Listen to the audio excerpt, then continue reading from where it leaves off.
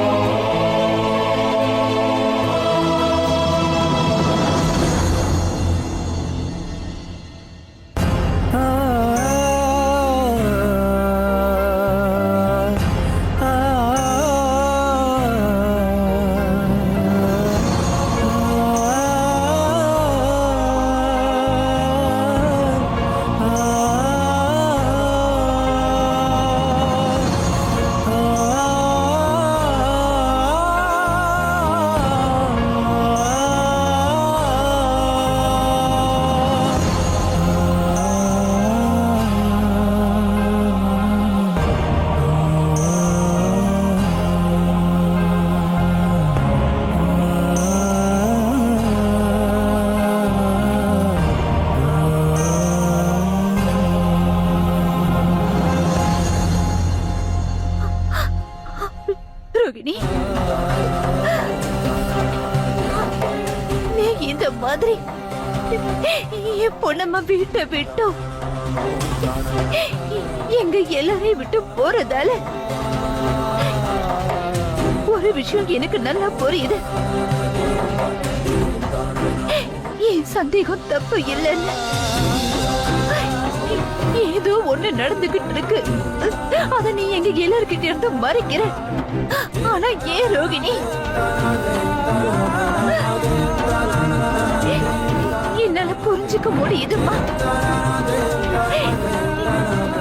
நீ ஏதோ இப்போ பெரிய பிரச்சனைல மாட்டிக்கிட்டு இருக்கேன்னு. அப்படி இல்லைன்னா நீ என்கிட்ட எந்த உண்மையும் மறைக்க மாட்டேன். எனக்கு ஒரு விஷயம் நம்பிக்கை இருக்கு ரோகிணி. இப்ப நீ என்னெல்லாம் பண்ணிக்கிட்டு இருக்கியோ அது நம்ம குடும்பத்தோட நன்மைக்காக மட்டும்தான் இருக்கும். எப்பவும் நீ பண்ற மாதிரி உன்னோட நன்மை யோசிச்சிருக்க மாட்டேன்.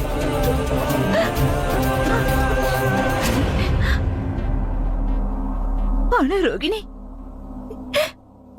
உன்னோட இந்த போராட்டத்துல நீ தனியா இருக்கன்னு மட்டும் நினைச்சிடாதம்மா.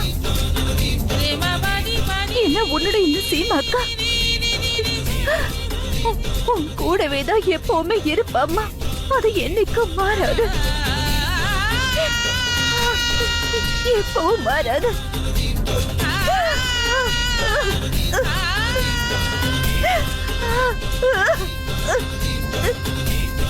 சீமா,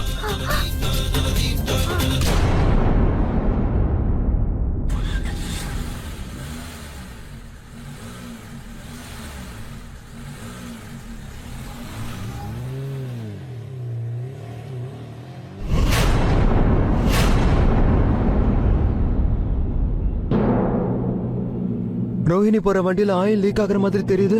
இது எப்படி நடந்திருக்கும்? வண்டியை நிறுத்துங்க. ரோஹிணி, சந்துரு அண்ணா, ரோஹிணி, சந்துரு அண்ணா.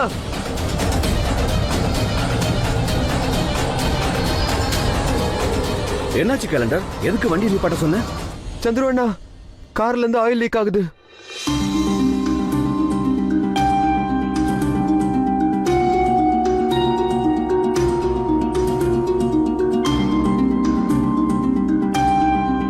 என்ன சொல்ற கேலண்டர்? வண்டியில இருந்தெல்லாம் ஒன்னும் ஆயில் லீக் ஆகல. அது எப்படி இருக்க முடியும்? பாஸ், நீங்க நல்லா பாத்தீங்களா? இங்க பாருங்க, இங்க 2 லைன்ஸ் இருக்கு பாருங்க. ஒருவேளை வண்டியில இருந்து ஆயில் லீக் ஆயிருந்தா ஒரு லைன் தானே வந்திருக்கணும். ஆனா இங்க பாருங்க, இந்த இடத்துல 2 லைன் இருக்கு.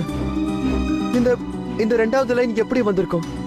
அப்படியே இருந்தாலும் இது எந்த கார் தான் இருக்கும்? ஒரு நிமிஷம் இரு. சந்திரண்ணா, நீங்க கிளம்புங்க. இது என்னன்னு நான் பாத்துக்கிறேன். சரிப்பா.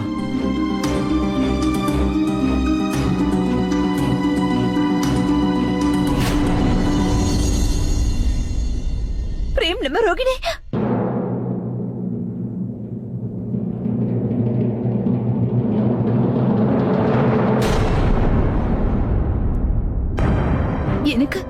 எனக்கு தெரியும். நீங்க என் மேல ரொம்ப கோவமா இருக்கீங்க. ரோகிணி என்னாலதான்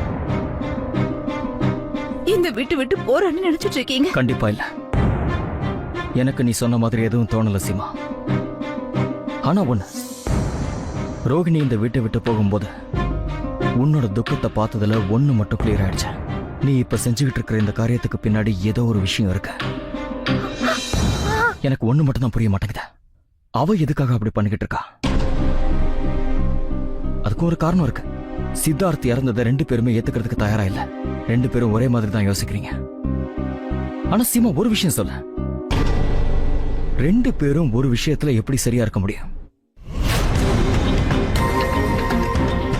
பிரேம், நீங்க என்ன சொல்றீங்கன்னு புரியல. விஷயம் ரொம்ப சிம்பிள் சீமா. நீ சித்தார்த் காணாம போனதுக்கான உண்மையை தெரிஞ்சுக்க விரும்புற. ஆனா எனக்கு என்ன தோணுதுன்னா, அந்த வாய்ப்பு உனக்கு மட்டும்தான் கிடைக்கணும்னு நினைக்கிறேன்.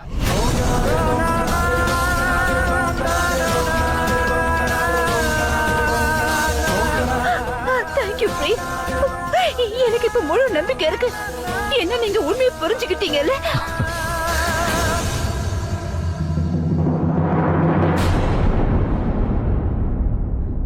ரொம்ப சரியா சொன்ன சீமா. லேட்டா இருந்தாலும் எனக்கு இந்த விஷயம் இப்ப புரிய வந்திருக்கு. அப்புறம் எனக்கு இன்னொரு விஷயமும் புரிய வந்திருக்கு. இந்த இன்வெஸ்டிகேஷனுக்கு பின்னாடி ஒரு பக்கம் உண்மை இருக்குன்னா இன்னொரு பக்கம் வேதனை அடங்கி இருக்கு. ஒருத்தர் உண்மையை தெரிஞ்சுக்கணும்னு நடத்துற இந்த விசாரணையில இன்னொருத்தர் ரொம்ப பெரிய வேதனையை சந்திக்க வேண்டியது வரும். அதனால எனக்கு என்ன தோணுதுன்னா, இது அநியாயம் தோணுது. அதனால நான் இந்த அநியாயத்தை நடக்க விட போறதில்ல. பிரேம், நீங்க என்ன சொல்ல விரும்புறீங்க? இப்பவே உன்னோட தாலி கயிறாவற.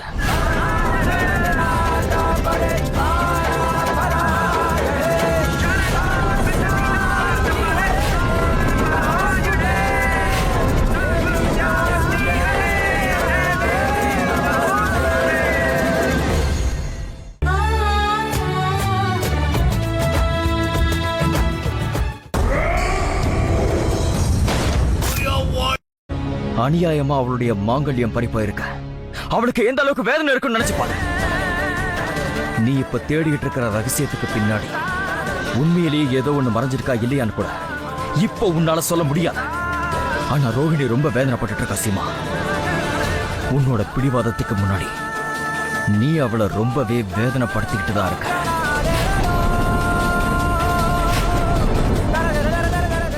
இங்க பாருங்க பிரேம், விஷயம் அது இல்ல. நான் சொல்ல வர்றது இது மட்டும் தான் சீமா. ரோகிணியோட மௌனத்துக்கு பின்னாடி இருக்கிற உண்மையை நீ தெரிஞ்சுக்கணும்னா அவ மனசுல இருக்கிற வேதனையை நீ புரிஞ்சுக்கணும். அதனால இந்த இன்வெஸ்டிகேஷன் நீ எவ்வளவு தூரம் எடுத்துட்டு போவியோ அவ்வளவு நாள் இந்த தாலியை என் கையில கொடுத்துட்டு போ. அப்பதான் ரோஹிணி அனுபவிச்சுட்டு இருக்கிற அந்த வேதனைய இப்போ உன்னால புரிஞ்சுக்க முடியும். கூட அந்த தாலியை கூட.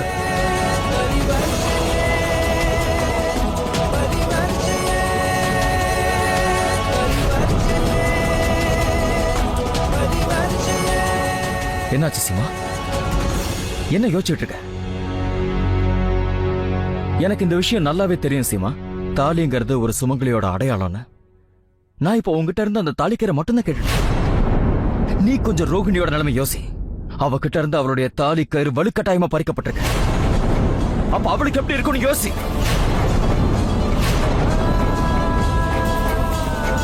சித்தார்த் போனதுக்கு அப்புறம் ரோகிணி எவ்வளவு தனிமையை அனுபவிச்சுட்டு இருக்கான்னு முன்னாலேயே சுலபமா புரிஞ்சுக்க முடியும் சீமா. நீ அவளோட அக்கா. உனக்கு அவ மேல எவ்வளவு அக்கறை இருக்குன்னு எனக்கும் நல்லா தெரியும். அப்புறம் எதுக்கு அவ வேதனைக்கு நீ காரணமா இருக்க? சொல்லு.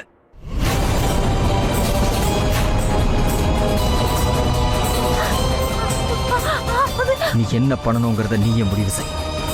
ஆனா நான் சித்தார்த்தன் எனக்கு கொடுத்த வாக்க மாத்திக்க மாட்டேன். ரோஹிணியோட கண்ணில் இருந்து நான் கண்ணீரை வரவிட மாட்டேன். அதனால இதுக்கு மேலேயே நீ இன்வெஸ்டிகேஷன் நடத்துறதா இருந்தா உன் கழுத்துல இருக்கிற தாலியை என் கையில கொடுத்துட்டு போ. இல்லைன்னா இந்த விஷயத்தை இதோட நிறுத்திட்டு ரோஹிணியை சாயந்தரத்துக்குள்ள வீட்டுக்குள்ள கூட்டிட்டு வா. இப்ப நான் போறேன். ஆனா சாயங்காலம் நான் வீட்டுக்கு திரும்பி வர்றதுக்குள்ள நீ ஒரு நல்ல முடிவு எடுத்திருப்பேன்னு நான் நம்புறேன்.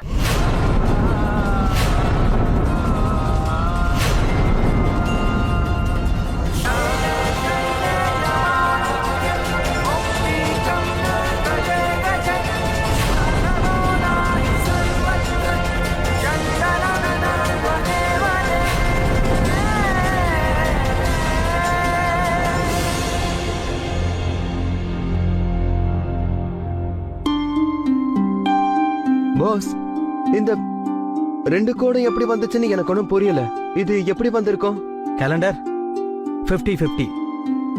விஷயம் என்னன்னு எனக்கு நல்லாவே புரிஞ்சு போச்சு. கவனமா பாரு. இந்த கோடு ஆயில் லீக் ஆகிற வண்டி இங்கிருந்து கிளம்பும் போது ஏற்பட்டது. அப்புறம் இன்னொரு கோடு அந்த வண்டி திரும்ப இங்க வரும்போது ஏற்பட்டிருக்கும். ஒரு நிமிஷம், நீங்க சொல்றபடி பார்த்தா இந்த 2 கோடுமே ஒரு காரோடு தானா? பாரு கேலண்டர், இந்த கோடு இருக்குல்ல, இது நல்லாவே காஞ்சிருக்கு. ஆனா இது கொஞ்சம் ஈரமாவே இருக்கு. ஆனா இந்த 2 கோடுகளையும் பார்த்தா எனக்கு என்ன தோணுதுன்னா, வண்டி கிளம்பி ரொம்ப நேரம் ஆகியிருக்கும்னு நினைக்கிறேன். இந்த காஞ்சி கோடு இருக்கே, அதை பார்க்கும்போது என்ன தோணுதுன்னா, கிட்டத்தட்ட 7-8 மணி நேரம் ஆகியிருக்குன்னு தோணுது. அப்படின்னா ராத்திரி 3 மணிக்கிட்ட. அப்புறம் இந்த கோடு கொஞ்ச நேரம் கழிச்சு.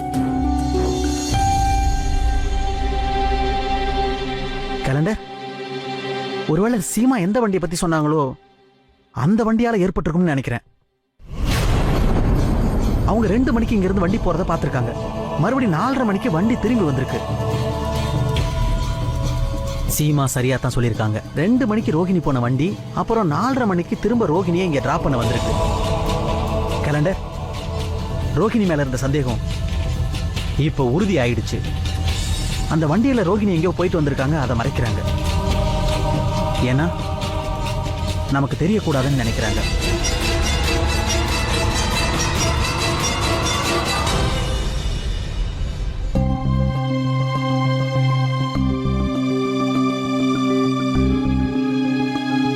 இங்க பராமர், இப்ப நீ இந்த வீட்டோட பையன் மாதிரி இல்ல, உண்மையிலேயே ஒரு பையனா தான் இருக்கணும்.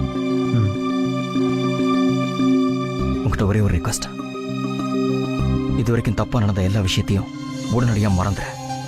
இனிமே நடக்கிறதா சரி, அதை மட்டும் நான் சொல்றத கேளு. நீ யோசிச்சுட்டு இருக்கிறது எல்லாமே தப்புதான். கூடிய சீக்கிரமே நான் சொல்றது உண்மைன்னு உனக்கு புரிய வரும். அப்புறம் இன்வெஸ்டிகேஷனை பத்தி சொல்லணும்னா, அதை இனிமே நடத்தணுமா வேண்டாமாங்கிறத பத்தி கூடிய சீக்கிரமே நான் முடிவெடுத்துட்டு சொல்றேன். இந்த வீட்டில் இருந்து என்னோட அண்ணனும் நினைச்சு உங்ககிட்ட சொல்றேன். இந்த வீட்டில் இருக்கிற ப்ராப்ளமை சால்வ் பண்ண முடியலன்னா அதை பெருசாக்காத. It's a request.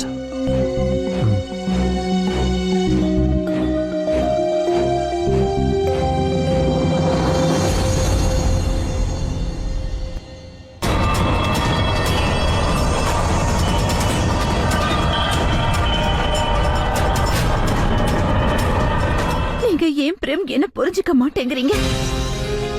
உங்களை மாதிரியே நானும் ரோகிணியோட நன்மையை மட்டும் தானே விரும்புறேன். என்னாலையும் அவ கண்கள்ல கண்ணீரை பார்க்க முடியாது, அவ கஷ்டங்களை பார்க்க முடியாது பிரேம். ஆனா அதை புரிஞ்சுக்காம நீங்க என்கிட்ட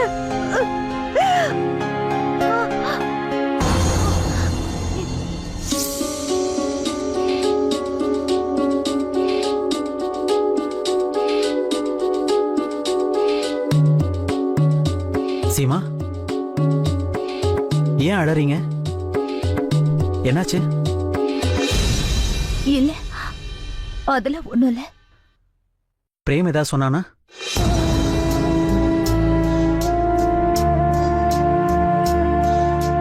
சீமா, நீங்க அழறதால எந்த பிரயோஜனமும் இல்லை. உங்க முகத்தை பார்த்தாலே தெளிவா தெரியுது பிரேம் உங்ககிட்ட கோவமா பேசியிருக்கான்னு. அதனால உள்ளுக்குள்ள நீங்க உடைஞ்சிட்டீங்க. சொல்லுங்க, பிரேம் அப்படி என்ன சொன்ன?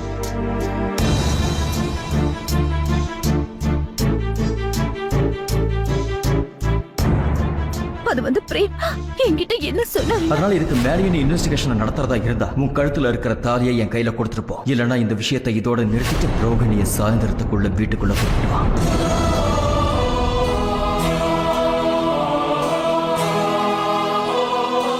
இதுக்கப்புறம் நம்ம என்ன பண்ணணும்னு யோசிக்க வேண்டிய அவசியமே இல்லை சீமா. ஒருவேளை இந்த இன்வெஸ்டிகேஷனால உங்க குடும்ப வாழ்க்கைக்கே பிரச்சனை ஏற்படுதுன்னா இன்வெஸ்டிகேஷனை இதோட நிறுத்திக்கலாம். அதுதான் ரொம்ப நல்லது. அது பண்றதால என்னால ரோகிணியோட வேதனையை குறைக்க முடியாது. நான் ஒத்துக்கிறேன். அவ நம்ம கிட்ட எதையும் மறைக்கிற, அதனாலதான் அவ நம்ம வீட்டை விட்டு இப்ப வெளியே போயிருக்கான்னு. ஆனா என்னால புரிஞ்சுக்க முடியுது அவ இப்ப தாங்க முடியாத வேதனையில இருக்கா.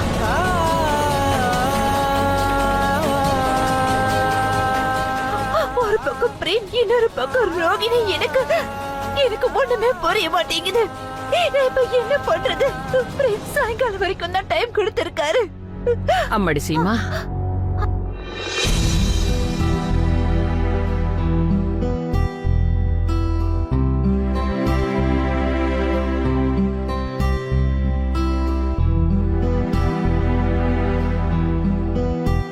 சீமா, வாழ்க்கையில நியாயத்துக்காக போராடும் போது மனுஷங்களுக்கு இந்த மாதிரி பல பிரச்சனைகள் வரதான் செய்யும். அதுல ஏதாவது ஒரு வழியில கண்டிப்பா போராடிதான் ஆகணும். அதுல வெற்றியும் கிடைக்கலாம், தோல்வியும் கிடைக்கலாம். அது இனிமே வரப்போற காலத்துல தான் தெரியும். அதனால நீ யார பத்தி யோசிக்காத, தைரியமா நியாயத்துக்காக போராடு. அந்த தாய் என்னைக்குமே உன் கூட தான் இருப்பா. கண்டிப்பா நீ போராட்டத்துல ஜெயிப்ப. அதே நேரம் இன்னொன்னு சொல்றேன், அதுக்காக பிரேம்க்கு எதிரா போய் ரோகிணி பத்தி மட்டும் யோசிச்சுட்டு இருக்காத. அதுக்காக நான் இப்படியும் சொல்ல மாட்டேன். ரோகிணிய பத்தி விசாரிக்கிறத விட்டுட்டு பிரேம் பேச்ச மட்டும் கேட்டா போறேன்னு. அம்மாடி சீமா, நான் உன்கிட்ட இன்னொன்னு சொல்லிக்கிறேன். நீ ரோகிணி கிட்ட இருந்து ஒரு அடி தள்ளியே இரு. ஆனா மனசார அவகிட்டயே இரு. முடிஞ்சா அவ போராட்டத்துல அவளுக்கு துணையா இரு. ஏன்னா எந்த போராட்டத்திலுமே யாராவது நம்ம கூட நமக்கு பக்க பலமா இருந்தாங்கன்னா நமக்கு போராடுற சக்தி 2 மடங்கு அடிசிமா. நீ ரோகிணியோட சக்தியா இருக்கணும். அவளை பலகீனமாக்கிடாத.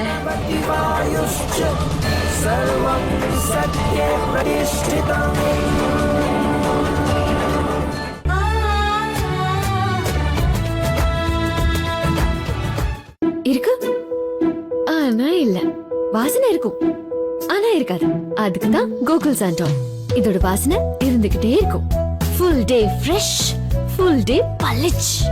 கோகுல் சாண்டோல் இதுதான் best. ரோகிணி விஷயத்துல என் மனசுலயும் சந்தேகம் வந்துருச்சுமா. ரோகிணி இந்த மாதிரி விசாரணைன்ற பேரை கேட்டதும் பின்வாங்கிறது, அப்புறம் அவ இந்த வீட்டை விட்டு போறேன்னு சொன்னதும் எனக்கும் சந்தேகமாவே இருக்கு.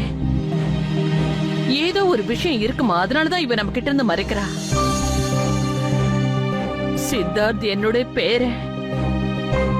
அப்புறம் சித்தார்த்தோட உடம்புக்கு ஏதாவது நடக்க கூடாது நடந்துடுச்சுன்னா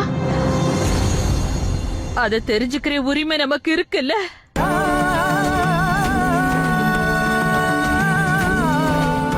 சரி, அப்புறம் நீ இத பத்தி யோசி. எப்படி இந்த உண்மையை எல்லார் முன்னாடி கொண்டு வர்றதுன்னு. அம்மாடி, உனக்கு சாயங்காலம் வரைக்கும் தான் நேரம் இருக்கு. என்னால முடியாதுன்னு நீ முயற்சி மட்டும் விட்டுறாதம்மா. நமக்கு இப்போ நேரம் ரொம்ப கம்மியா தான் இருக்கு. சாயங்காலத்து போல என்னால என்ன பண்ண முடியும்? என்ன பண்ணுவோம்? எப்படி இந்த விஷயங்களை தெரிஞ்சுக்க முடியும்? இல்ல பெரியட்டு, எனக்கு முதல் தடவையா எனக்கு என்ன தோணுதுன்னா நான் தோத்து போயிட்டேன்னு.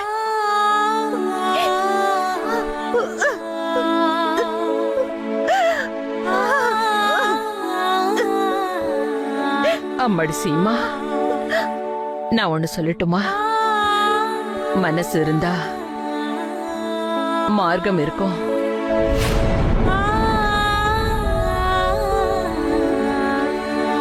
பெரிய பாட்டி சொல்றது சரிதான். இப்பவும் நமக்கு நிறைய டைம் இருக்கு. நாம நினைச்சா இப்ப கூட ஏதாவது செய்ய முடியும். அப்புறம் இப்ப கூட நானும் கேலண்டரும் கீழே என்ன பார்த்தோம் தெரியுமா? நாங்க நடு ரோட்ல